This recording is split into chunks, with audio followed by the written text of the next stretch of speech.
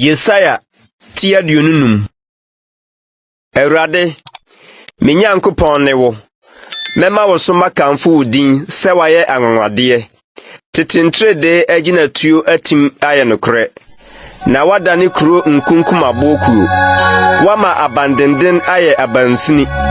Ananafo aban afefe nye kuro bio.